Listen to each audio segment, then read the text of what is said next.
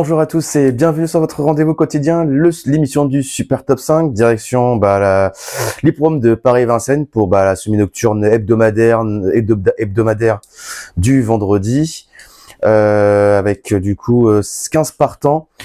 Sur la distance des 2100 mètres de la grande piste, je vous donne comme d'habitude mon prono en 6 chevaux, ensuite l'analyse de ces 6 chevaux et à la fin je termine avec mes 2 impasses. Concernant mon prono en 6 chevaux, j'ai gardé le numéro 14 Chestnut, le numéro 15 Maggiore, le numéro 6 Maskoff, le numéro 1 Horace Deschamps, le numéro 8 Kimberly's Wish et le numéro 10 Chicha. Alors concernant le numéro 14 Chestnut, il a bien tenu sa partie dernièrement sur la cendrée parisienne, dans des lots je pense qui sont légèrement supérieurs à celui qu'il va retrouver aujourd'hui, mais je pense qu'il aurait préféré une distance un peu plus longue pour servir ses intérêts, mais voilà, même si c'est les 2100 mètres, c'est un lauréat qui peut remporter cette épreuve. Concernant le numéro 15 Maggiore, qui est entraîné en Suisse, il sera enfin présenté en mode de course après une réapparition qui était nécessaire dernièrement.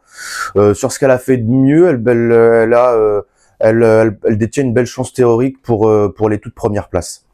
Concernant le numéro 6, Maskoff, il a été chuchoté lors de ses débuts sur l'hippodrome de Vincennes et il luttait pour les accessites quand il s'est désuni dans la ligne droite d'arrivée.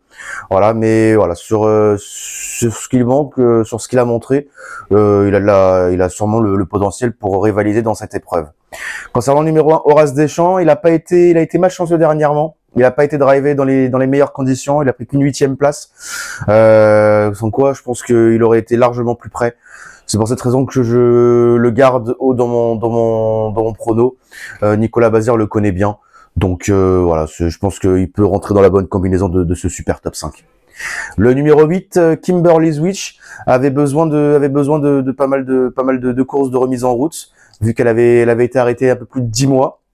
Elle a entraîné aux Pays-Bas, mais elle avait déjà bien fait à Vincennes. Là, elle sera déférée cette fois-ci des antérieures. Et si elle fournit sa meilleure valeur, normalement, elle doit rentrer dans ce super top 5. Et enfin, le numéro 10, Chicha, qui avait été remarqué en région parisienne lors du premier semestre, dans des lots qui s'étaient plutôt bien composés. Il a désormais 2 parcours de remise en route et après quasiment plus de 7 mois d'absence. S'il se sort du numéro piège, c'est vrai que le numéro 10 il va être derrière Horace Deschamps. Voilà, il va être englué au sein du peloton, faut qu'il trouve les bons dos pour essayer de sortir de ce piège-là.